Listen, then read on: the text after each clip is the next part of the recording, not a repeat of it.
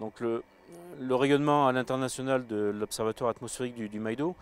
c'est la possibilité pour des chercheurs européens et mondiaux de venir sur une infrastructure de recherche déjà construite, où ils vont trouver des observations de qualité, des observations très précises avec lesquelles ils vont pouvoir faire de la recherche sur les processus atmosphériques, sur la validation de leur modèle de prévision numérique. C'est aussi la possibilité pour eux de venir installer des instruments qu'ils ont construits, qui sont des instruments qui sont assez innovants et qui vont vouloir tester dans une atmosphère qui est assez peu observée dans l'hémisphère sud. Alors un des programmes de recherche que nous mettons en place actuellement donc à l'Observatoire du Maïdo est l'observation, la compréhension de l'interaction entre l'atmosphère et la surface de la Terre, notamment tout ce qui est émission par les océans, par la végétation terrestre et par les villes et les industries de particules dans l'atmosphère.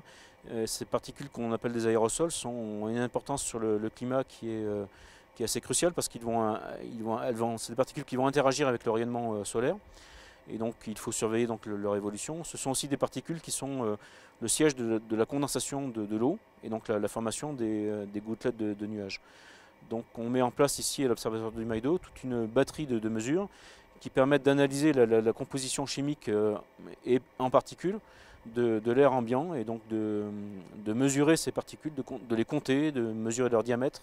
de préciser leurs caractéristiques chimiques pour voir quelles vont être leurs interactions donc avec l'atmosphère et avec les nuages.